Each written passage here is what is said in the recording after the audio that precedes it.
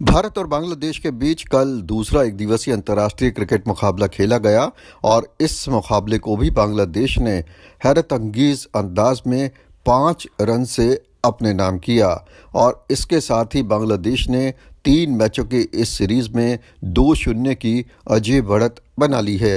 यानी एक तरह से उसने सीरीज पर कब्जा कर लिया है। कल बांग्लादेश ने पहले बल्लेबाजी करते हुए निर्धारित 50 ओवर में 7 विकेट खोकर 271 रन बनाए। हालांकि इस मुकाबले में बांग्लादेश का टॉप ऑर्डर बुरी तरह बिखर चुका था, लेकिन उसके बाद महमूदुल्लाह और मेहदी हसन मिराज ने पारी को संभाला। महमूदुल्लाह ने 77 रन बनाए, जबकि मेहदी हसन मिराज ने अपने वनडे करियर का पहला शतक जमाते हुए पूरे 100 रन बनाए और इस दौरान उन्होंने दमदार शॉट्स भी लगाए। उनकी पारी में 4 छक्के भी शामिल हैं, जो बताता है कि उन्होंने कितनी आक्रामक बल्लेबाजी की। इस पारी की विशेषता ये थी कि उन्होंने महमूदुल्लाह के साथ मिलकर एक बहुत ही बेहतरीन साझेदारी की। जब 7वें विकेट के लिए उन्होंने 148 रन जोड़े।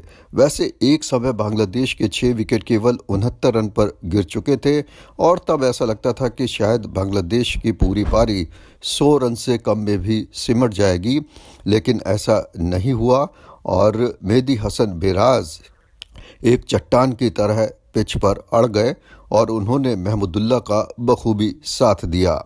भारत के गेंदबाजों ने एक बार फिर बेहद निराश किया और जब उनके पास मौका था कि वो बांग्लादेश के पुछल्ले बल्लेबाजों को सस्ते में निपटा दें, तब वो काफ़ी महंगे साबित हुए।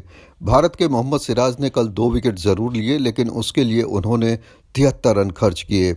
इसके अलावा सबसे अच्छी गेंदबाजी तो वाशिंगटन सुंदर की रही, जिन्होंने 37 रन देकर 3 विकेट लिए। अक्षर पटेल भी काफ़ी महंगे साबित हुए। उन्होंने 7 ओवर में 40 रन खर्च किए और उन्हें कोई कामयाबी नहीं मिली। शार्दुल ठाकुर ने भी बिना कोई विकेट लिए 47 रन खर्च किए। तो इससे ये पता चलता है कि भारतीय तेज़ गेंदबाजी और स्पिन गेंदबाजी में बिल्कुल भी डंक नहीं था और इसका फ़ायदा बांग्लादेश के बल्लेबाजों ने उठाया।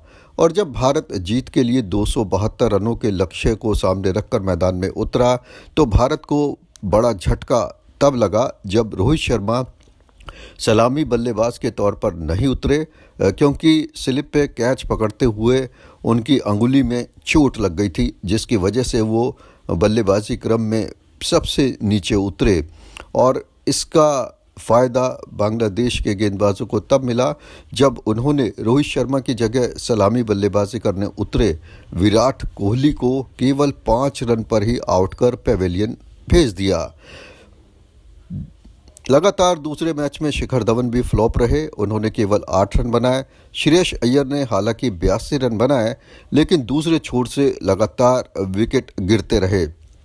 अक्षर पटेल ने ज़रूर कुछ अच्छी बल्लेबाजी की और 56 गेंदों पर उन्होंने 56 रन बनाए, लेकिन रोहित शर्मा जब मैदान में उतरे तब बाजी लगभग भारत के हाथ से फिसल चुकी थी और आस्किंग रन रेट बहुत ज़्यादा था। ऐसे में रोहित शर्मा ने केवल 28 गेंदों पर 51 रनों की तेज़ तर्रार पारी खेली।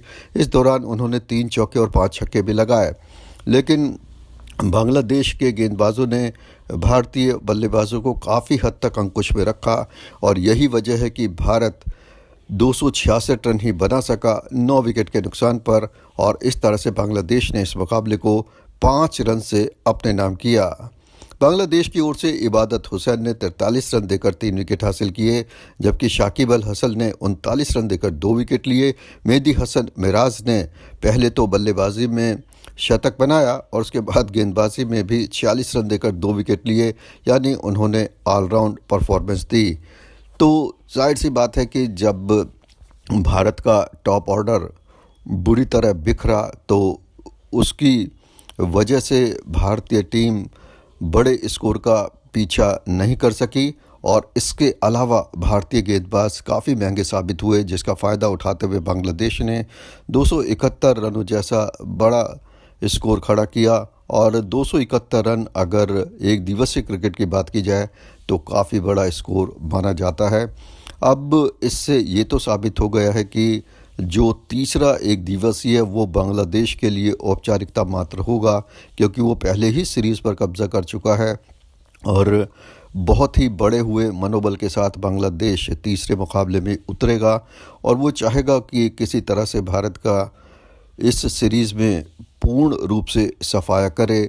दूसरी तरफ भारत के लिए चिंता का विषय ये है कि विराट कोहली, शिखर धवन लगातार दूसरे मुकाबले में फ्लॉप रहे और इसके अलावा भारतीय गेंदबाज भी पूरी तरह से बेअसर रहे।